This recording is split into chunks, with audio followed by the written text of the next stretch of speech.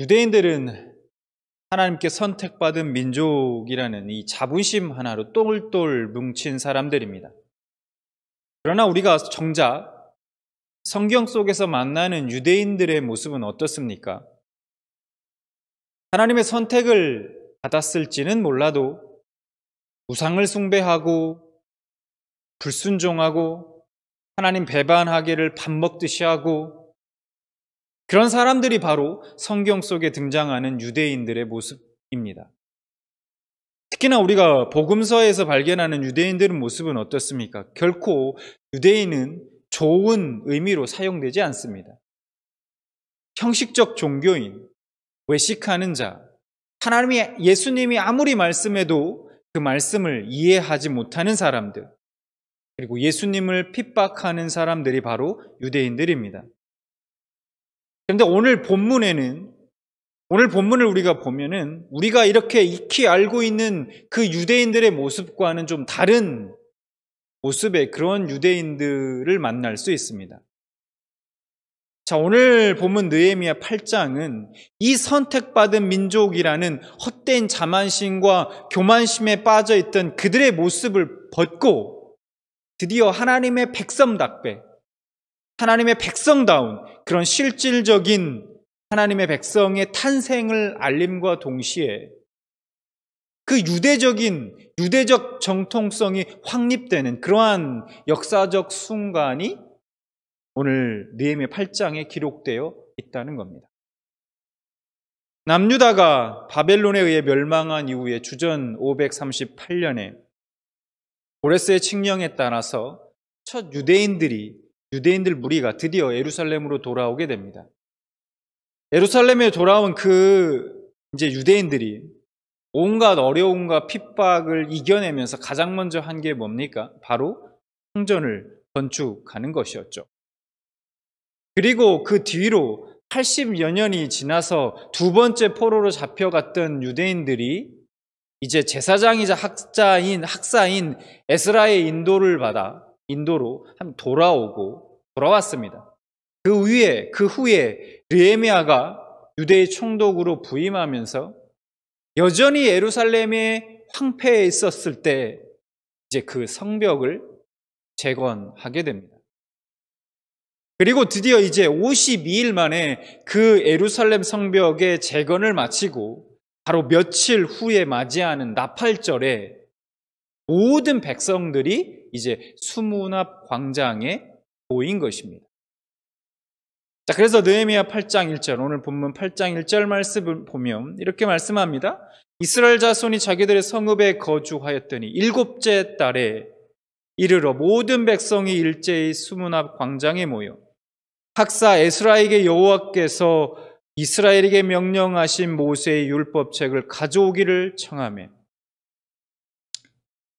이스라엘 백성들은 그 수문 앞 광장에 모여서 학사 에스라에게 율법책을 가져오도록 자발적으로 요청하였습니다.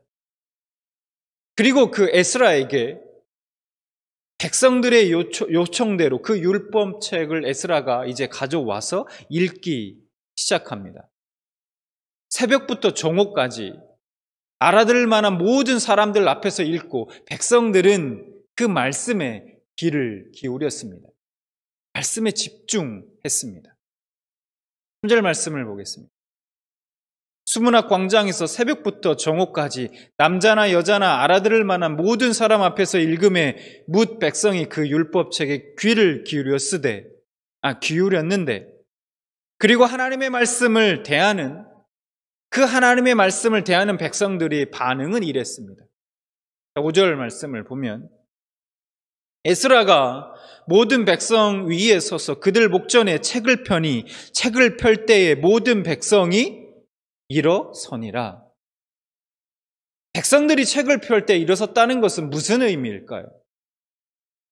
여러분, 누가 미리 얘기한 것도 아닙니다. 그들을 교육한 것도 아닙니다. 자, 말씀을 봉독할 때 다 일어서라 라고 사전 교육한 다음에 한 것이 아니라는 거예요. 그런 것이 아닌데 모든 백성이 그 하나님의 율법책을 펼 때에 일어났습니다. 말씀을 펼 때 하나님의 음성을 듣기 위해 그분의 임재 가운데 나아가고자 하는 하나님의 말씀에 대한 경외심의 표현이었던 것입니다. 그리고 6절 말씀을 계속해서 보면 에스라가 위대하신 하나님 여호와를 송축하며 모든 백성이 손을 들고 아멘 아멘 하고 응답하고 몸을 굽혀 얼굴을 땅에 대고 여호와께 경배하니라. 그리고 에스라가 위대하신 하나님 여호와를 찬양할 때 모든 백성이 손을 들고 아멘 아멘 응답하며 하나님을 경배했습니다. 하나님을 향해서는 손을 들어 응답하고 그 앞에 선 자신은 몸을 굽혀 얼굴을 땅에 댑니다. 엎드립니다. 하나님은 높이고 자신은 낮아지는 것입니다. 누가 하라고 시켜서 한 것이 절대 아닙니다. 그냥 그들이 스스로 우러나온 마음으로 자연스럽게 그렇게 하나님의 말씀을 대한 것입니다. 그들은 장장 6시간 동안 서서 하나님의 말씀을 들었습니다. 한마디도 빼놓지 않고 그 말씀을 귀담아 들었습니다. 그리고 자신의 귀에 들려진 그 말씀이 마음으로 깨달아졌을 때 그들의 반응이 어떠했는가? 백성들은 울기 시작했습니다. 8절.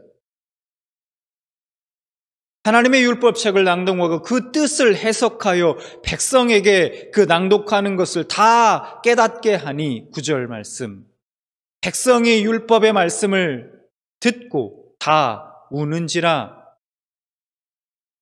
총독 느헤미야와 제사장 겸 학사 에스라가 백성을 가르치는 레위 사람들이 모든 백성에게 이르기를 오늘은 너희 하나님 여호와의 성일이니 슬퍼하지 말며 울지 말라 하고. 여러분, 그들은 말씀을 듣고 왜 울었을까요? 지금까지 하나님의 말씀을 가만히 듣고 있다 보니까 지금까지 자신들이 왜 이렇게 살아왔는지, 하나님께 어떤 죄악들을 자신들이 저질렀는지, 그럼에도 불구하고 하나님은 자신들을 지금까지 어떻게 지켜왔는지, 그리고 지금까지 어떻게 인도해 주셨는지, 자신들의 그 죄악을 깨닫는 동시에 크신 그 하나님의 은혜를 말씀을 듣고 깨닫기 시작한 것입니다. 여러분, 우리 성도가 하나님의 말씀을 듣고 깨달았을 때 나오는 반응은 동일합니다. 하나님을 높이고 자신을 낮추는과 동시에 하나님 앞에 자신의 죄를 자복하며 드리는 회개, 바로 회개하는 것입니다. 하나님을 높이고 자신을 한없이 낮추는 것이고, 자신의 모든 죄악을 하나님 앞에 통회하면서 자복하며 고백하는 것입니다. 그것이 하나님의 말씀을 듣고 깨달았을 때 나오는 반응이라는 거예요. 그 목이 곧았던 백성들, 그 이스라엘 백성들이 울기 시작합니다. 얼마나 그들이 울었는지 느헤미야와 에스라와 레위 사람들은 오늘은 하나님의 성일이니 울지 말라, 슬퍼하지 말라라고 하며 달랠 정도였습니다. 여러분들은 이렇게 하나님의 말씀 앞에 고꾸라져 참회하며 눈물을 쏟으며 자신의 죄악을 마음 아파하며 회개한 적이 있으십니까? 여러분, 우리가 하나님 앞에 나아가는 예배자로서의 우리의 모습이 사실은 오늘 이 백성들의 모습과 같아야 하지 않을까요?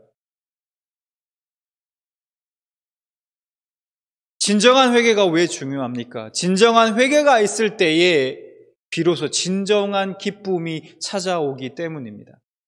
진정한 회개를 통해서 비로소 죄악의 사슬이 끊어지고 진정한 자유함을 얻고 영원히 목마르지 않는 생명수를 비로소 맛볼 수 있기 때문입니다. 12절 말씀 보겠습니다. 모든 백성이 곧 가서 먹고 마시며 나누어 주고 크게 즐거워하니 이는 그들이 그 읽어 들려준 말을 밝히 알미라.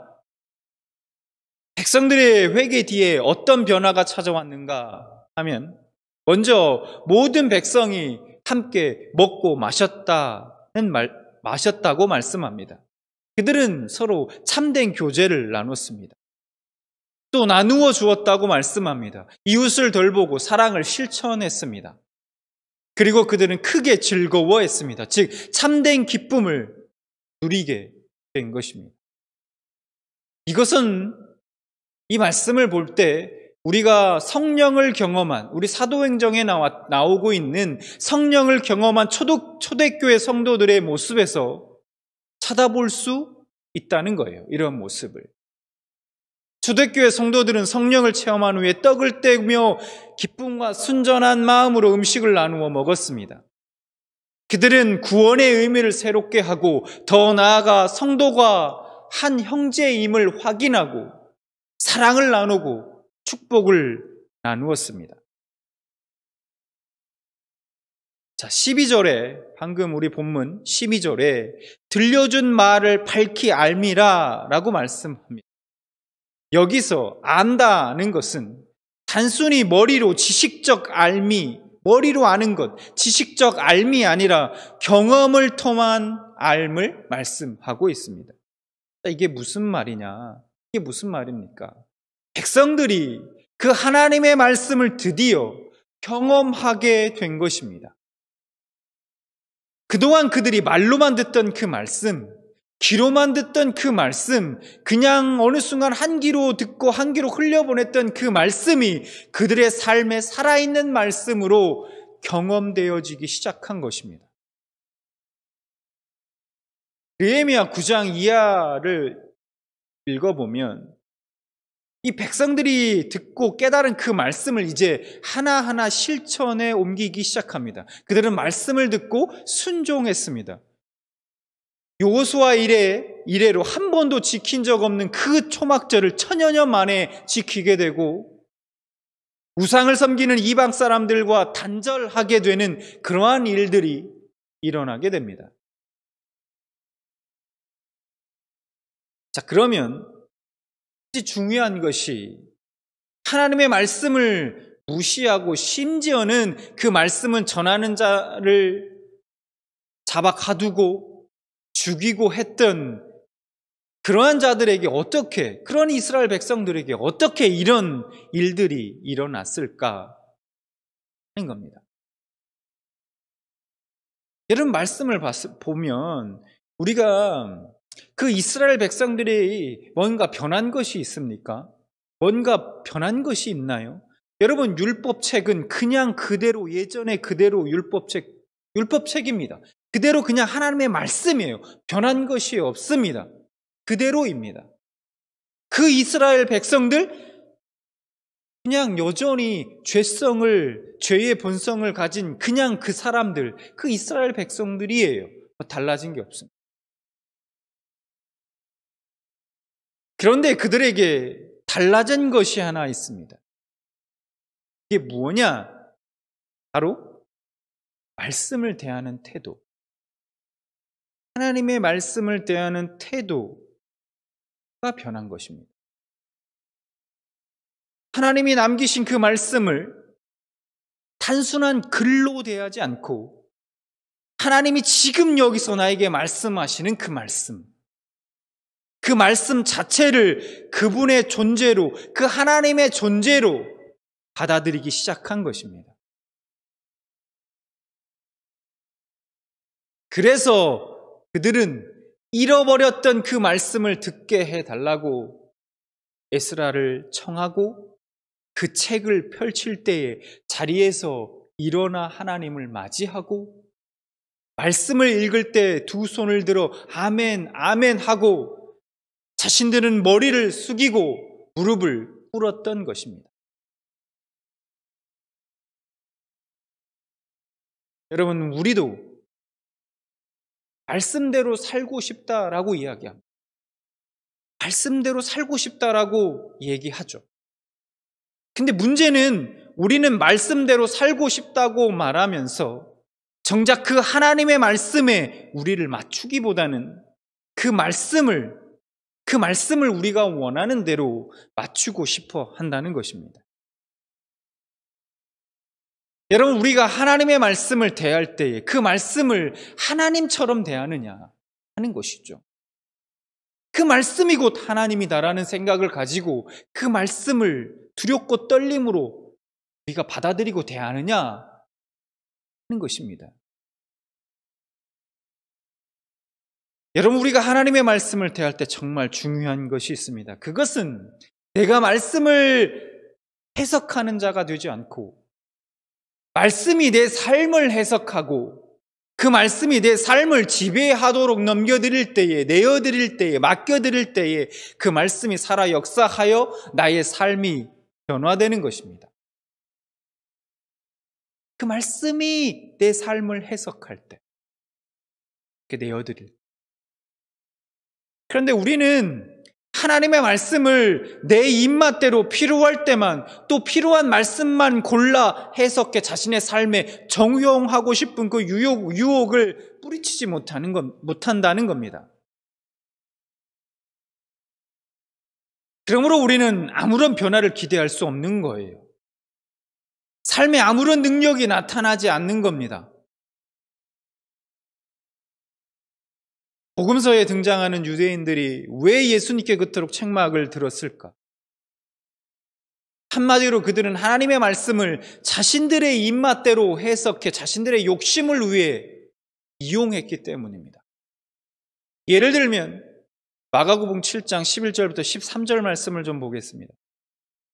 이렇게 말씀합니다. 너희는 이르되 사람이 아버지에게나 어머니에게나 말하기를 내가 드려 유익하게 할 것이 고르반 곧 하나님께 드림이 되었다고 하기만 하면 그만이라 하고 자기 아버지나 어머니에게 다시 아무것도 하여 드리기를 허락하지 아니하여 너희가 전한 전통으로 하나님의 말씀을 폐하며 또 이 같은 일을 많이 행하느니라 하시고 11절에 보면 고르반이라는 말이 나오죠. 이 고르반은 원래 제물, 헌물이라는 뜻입니다.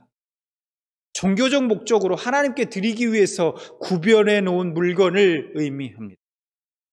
그래서 어떤 사람이 자신의 소유 중에서 금전이나 재산이나 얼마를 하나님께 바치려고 할 때에 그는 그것을 고르반이라고 선언하기만 하면 그런 후에는 어느 누구도 설사 자기 자신이라도 그것은 절대로 다른 목적으로 사용할 수 없었습니다. 근데 문제는 유대인들은 자신들이 이러한 전통을 스스로 만들어 놓고 악용했다는 거예요. 채무 관계에서나 갚기 싫으면 다 고르반 되었다고 얘기하는 거죠. 나 돈 없다. 하나님께 드린 바 됐다. 고르반이라고 얘기하고 갚지 않는 거예요. 그리고 심지어는 이 제사장들은 자신들의 소득을 더 끌어올리기 위해서 이 고르반 행위를 강조하면서 그것을 위해서는 부모 공경과 같은 율법의 준수나 사랑의 실천을 무시할 수 있다고 가르쳤다는 겁니다. 그들의 이런 악한 행위에 대해서 예수님은 이렇게 말씀하시죠. 마가복음 7장 8절, 9절. 사람의 계명으로 교훈을 삼아 가르치니 나를 헛되이 경배하는도다 하였느니라. 너희가 하나님의 계명은 버리고 사람의 전통을 지키느니라. 또 이르시되 너희가 너희 전통을 지키려고 하나님의 계명을 잘 저버리는도다. 하나님의 말씀을 왜곡해 자신들이 전통을 만들어내고 그 전통이라는 것을 앞세워 자신들의 욕심을 채우는데 이용했다는 겁니다. 지난해 발생한 그리고 지금까지도 겪고 있는 이 코로나 바이러스 사태로 많은 사람들이 코로나 이후에 교회는 어떤 모습이어야 할까?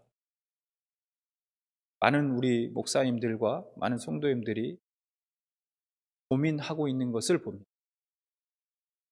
저도 그 중에 한 사람입니다.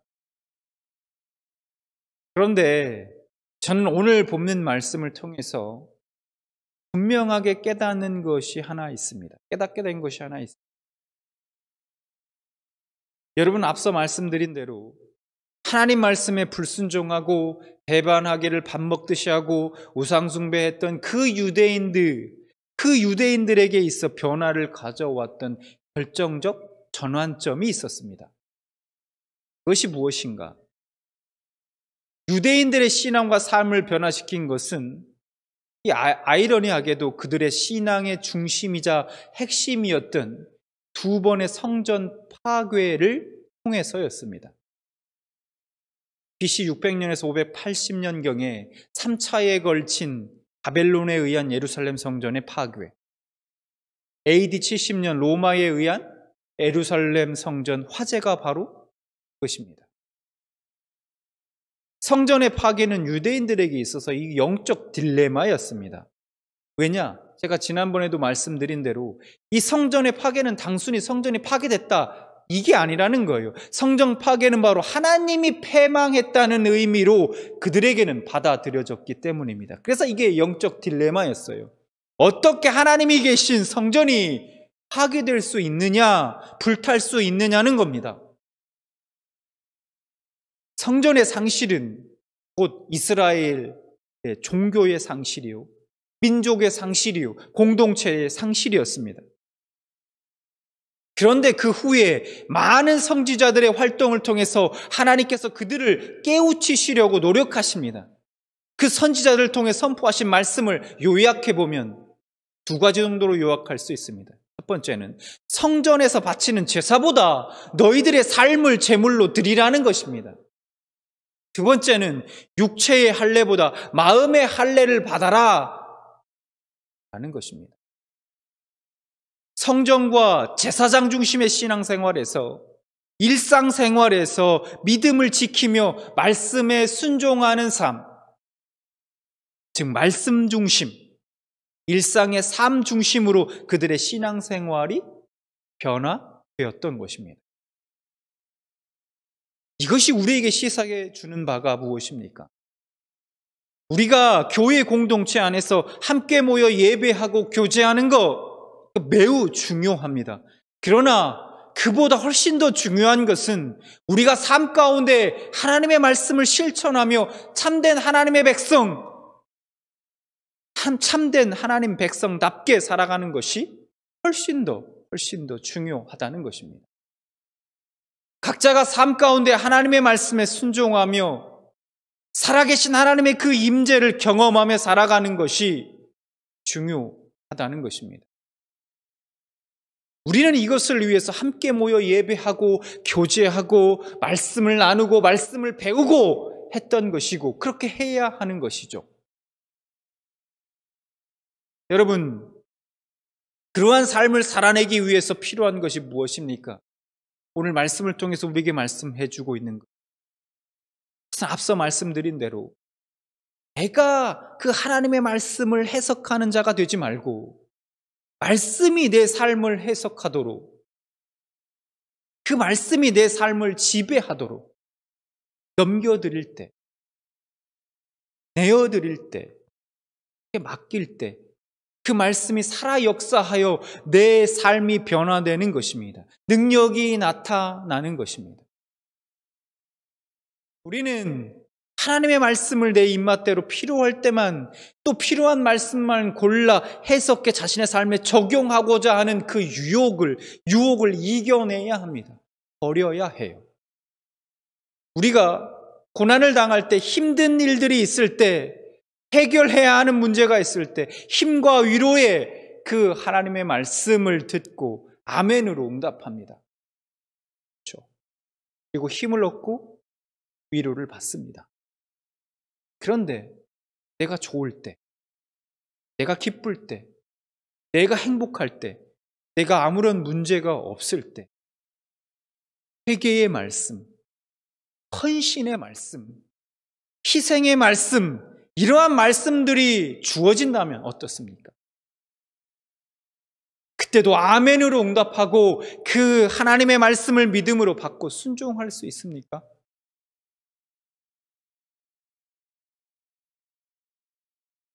여러분, 우리는 그래야 하는 겁니다. 그것이 어떠한 하나님의 말씀이든, 내 마음에 그것이 단 말씀이든 아니면 쓴 말씀이든, 그것이 나에게 주어진 하나님의 말씀이라면 아멘으로 응답하고 순종할 수 있어야 하는 것입니다. 그때 비로소 우리는 삶 가운데 하나님의 임재와 역사하심을 경험하게 되는 것입니다.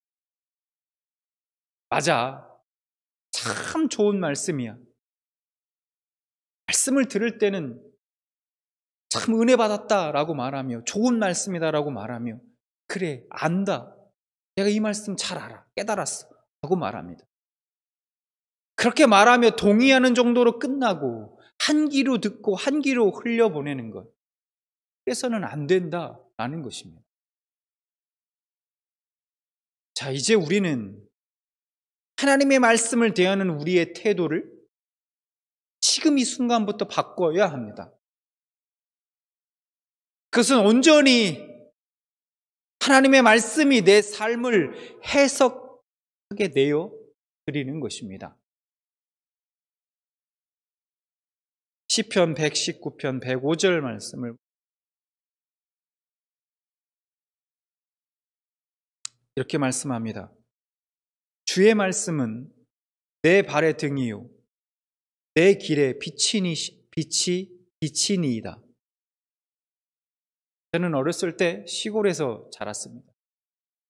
일반적으로 시골집의 화장실은요, 이 재래식이기 때문에 화장실이 집 안에 있지 않습니다.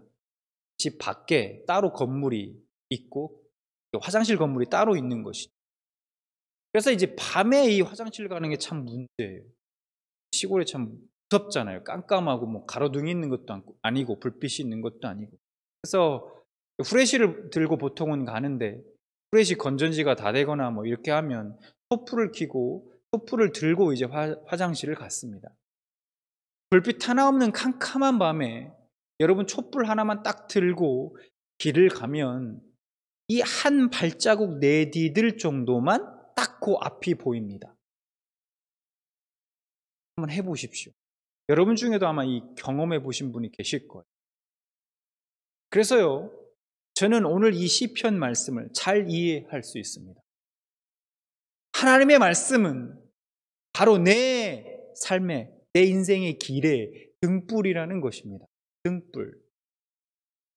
캄캄한 인생길에 등불된 그 말씀이 비춰주시는 대로 그 한 발치씩 길을 따라가는 것이 우리 믿는 사람들의 인생이라는 거예요. 또한 이것이 바로 말씀이 자신의 삶을 해석하게 내어드린다는 의미인 것입니다. 어느 누구도 등불을 켜서 자신의 등 뒤에 밝히고 길을 가는 사람은 없을 겁니다. 그렇죠. 그것은 어리석은 것이죠. 길을 헤맬 수밖에 없고 구덩이에 빠질 수밖에 없고 장애물에 돌뿌리에 걸려 넘어질 수밖에 없는 것입니다. 그런데 이런 어리석은 일들을 우리는 종종 실행한다는 거예요. 그것은 마치 말씀을 자신이 해석하려 하는 사람과 같은 것입니다. 말씀을 뒤에 두고 그 말씀을 자신의 입맛대로 그때그때 필요할 때만 이용하고 적용하는 사람들인 것입니다. 여러분, 오래도록 신앙생활을 해왔지만 도무지 변화되지 않는 현실, 변화하지 않는 자신 때문에 혹시 실망하신 적이 있으십니까? 아니, 왜 어떤 누군가에게는 변화의 원천이요 기쁨의 원천인 이 신앙이 나에게는 별다른 효력 없는 그냥 죽은 것 같은 신앙으로 여겨지는지 여러분 혹시 고민이 되신 적이 있으십니까? 내가 믿는 주님은 다른 주님인가? 내가 보는 말씀은 다른 말씀인가? 아닙니다. 다만 그 말씀을 대하는 나의 태도가 다를 뿐이라는 겁니다. 말씀이 곧 하나님이십니다. 그 말씀이 내 삶을 해석할 때 그렇게 내어드릴 때, 그리고 자신에게 어떤 말씀이 주어진다고 해도 그 말씀을 아멘으로 받고 순종할 때, 그때 우리는 진정한 변화를 경험할 수 있는 것입니다. 사랑하는 우리 평안교회 모든 성도님들에게 이러한 은혜가, 또 오늘 이 시간 이러한 결단이 여러분들의 있기를 원하며 이러한 은혜가 있기를 진심으로 소망합니다.